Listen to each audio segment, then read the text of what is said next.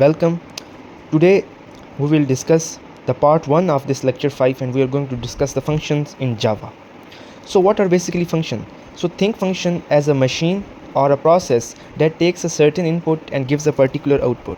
So for your sake of convenience, I have made this diagram. Okay, so you can see that there we are giving a certain input x, and the function processes this input and gives returns our output. In mathematics, you have already seen this notation f of x is equal to 2x. This is an example of function, that how functions are used in mathematics. In computer science it is a bit different, but the core concept is same. Okay, so if when x is equal to 2, so 2 multiplied 2 answers is 4. When x is 3, 3 multiplied 2, the answer is 6. So this is the way how the function works. Okay, so this is the particular syntax of writing functions in Java or in any language. Okay, so in Java there are certain modifications, we shall discuss that in later. So first, to write a function we have to write its return type. Okay, so what is the return type? Return type is a type that the function returns. It may be integer, it may be boolean, any primitive data types which we have already studied, or some custom data types like objects and other things, and it depends upon this. Okay, so this is the very necessary. If the function is not returning anything, we will write void. Okay, so we will discuss in later. So the second part of the syntax is that the function's name, a function must have name, send then the arguments. Okay, so here is the function's body and this is the return statement. Okay, so when there is some certain return type we have specified, so we should have to write the return statement here. Okay, so return type of the function. What is the return type? The return type of a method tells the compiler and any developer reading the code what kind of value the method will produce after the execution. Okay, so here we have implemented the syntax. So ignore this word public. This is the you know that this is the access. It provides the access.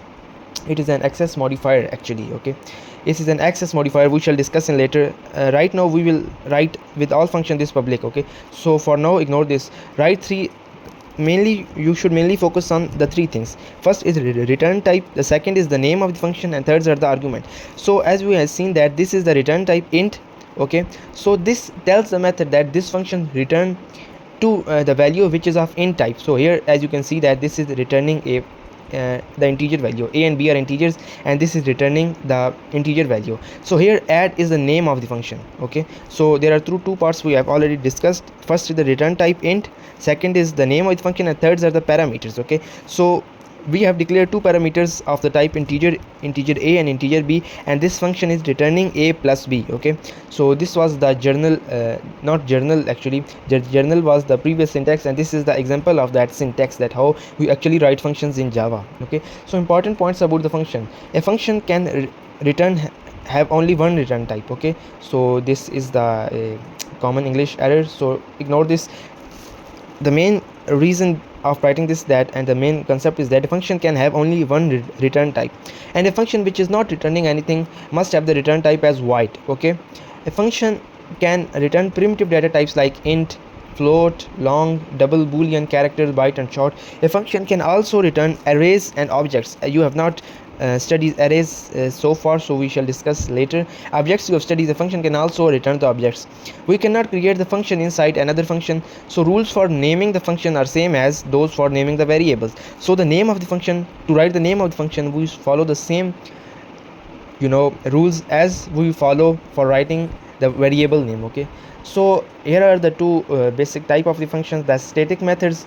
Functions are also called methods. Okay, so static and non-static methods, or static or non-static functions.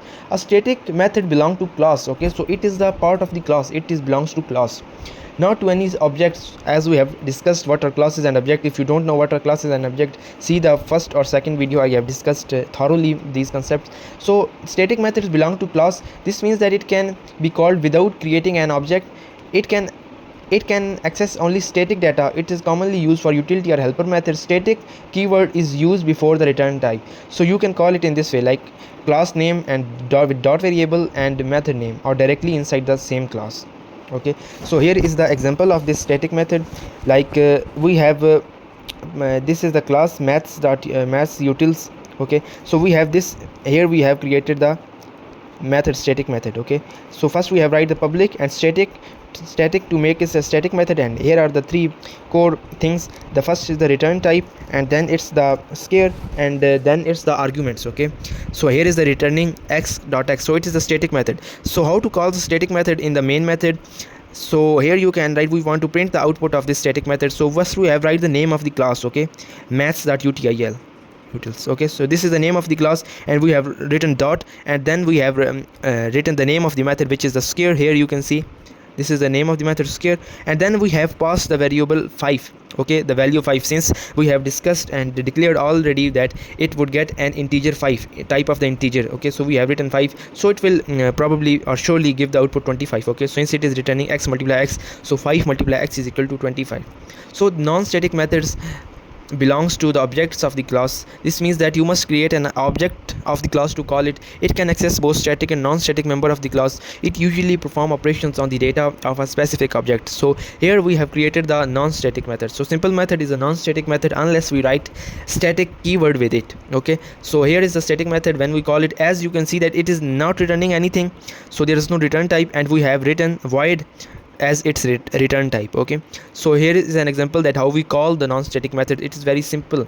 So since the class name is person, so first we have created the name of first we have created an object of the class. Here you can see that we are creating object here, and then we are using the name of the object and dot operator, and then we are calling the function. Okay, so this will print the this will give us the desired output. Okay, so these are the static and non-static method. There are a lot of other things to discuss about this function, which we shall discuss in the part 2. So you have to stay tuned with us, and then now we shall do some kind of coding for practice to memorize it thoroughly.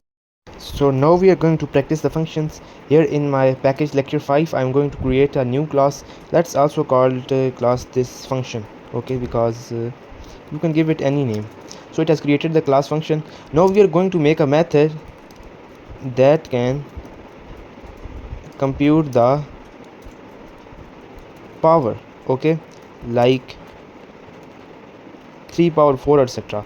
So the 3 is the base and 4 is the the index or the exponent. So let's make this function. So first of all, write the public and the return type would be integer, because we will be dealing with integers now. And the name of the function, you can write any name, but let name it as power, power. Okay, and there will be two parameter, int a, int b. The a will be representing the base and the b will be representing the index. Okay, so let's write the body of the method. Okay, so we have to multiply a with itself b times. Okay, if there is 3 power 2, we have to multiply 3 2 times, 3 multiply 3. If it's 3 power 3, we have to multiply 3 by 3 times, 3 multiply 3 multiply 3. So we have to multiply a by b times. Okay, so we will use a loop for this purpose. Int I is equal to 0, and the loop will go up to b I plus plus, because we want to multiply it b times. Okay, so here first of all we would make a variable int answer is equal to 1. Let's initialize with 1. So here we have made it, and let's now do this. Answer is equal to answer multiply a. Okay, so this will do this. Now you're seeing that this below this bracket, it is showing an error. Here you can also see that this is showing error. This is why, because we have written int here and we have not returned anything. So it is necessary to write the return statement here. So what should it return? It should return this answer. Okay, so return return answer. Return is the keyword. Okay, so here we have successfully made the function. So this is not a static function, this is a general function. So we have to make an object to implement this. So first of all, write the main method, public static void main. Here we have written it has completed the whole method, it has created the whole method for us. And now let's try to make the object of the class. For this we have to write function f is equal to new function and bracket. Here we have created the new function f. Okay, so now we want to print we want to use this object, because this function belongs to this object. Okay, it is a part of the class, and this object is of this class, so this function is also belongs to this object. Okay, so now we will be using this function f to utilize this function power. Okay, so let's say it's since it is returning something, returning answer, so let's create a variable here, answer.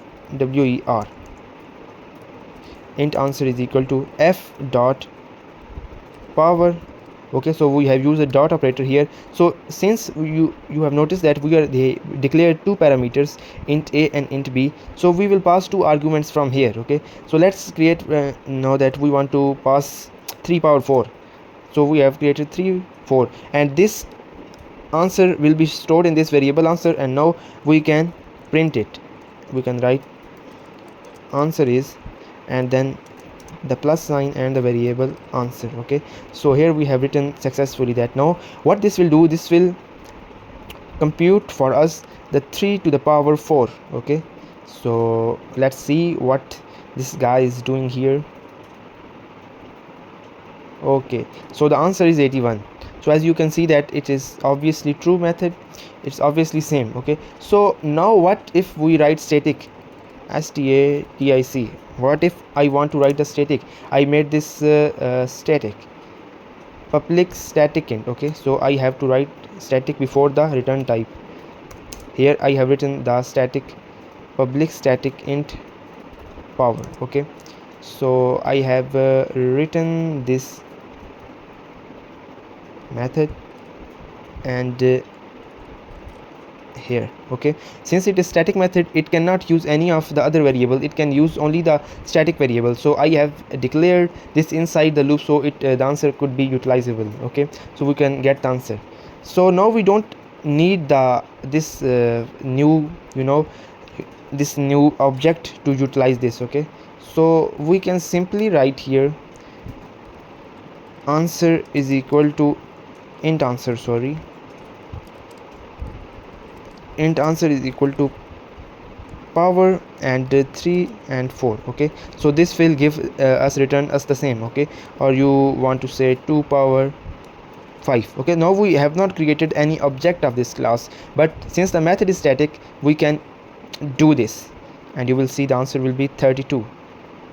And here as you can see the answer is 32. So perfectly. Now let's create a method with a void, okay, which is not returning anything. So let's call this change from void. Okay, so now we have changed the return type to void, but here it is showing the error because we are returning something. When we have the return type void, we don't have need to return anything. Okay, so what should this method do? We can write this here, we can write here. Okay, so I can remove this from here and introduce a new variable here, and it will what print here answer ans. Okay, so let's call this function here power 2 and 3. Okay, now we don't have written any sort of statements, print statements here. Okay, we have just written, oh gosh, it is removed,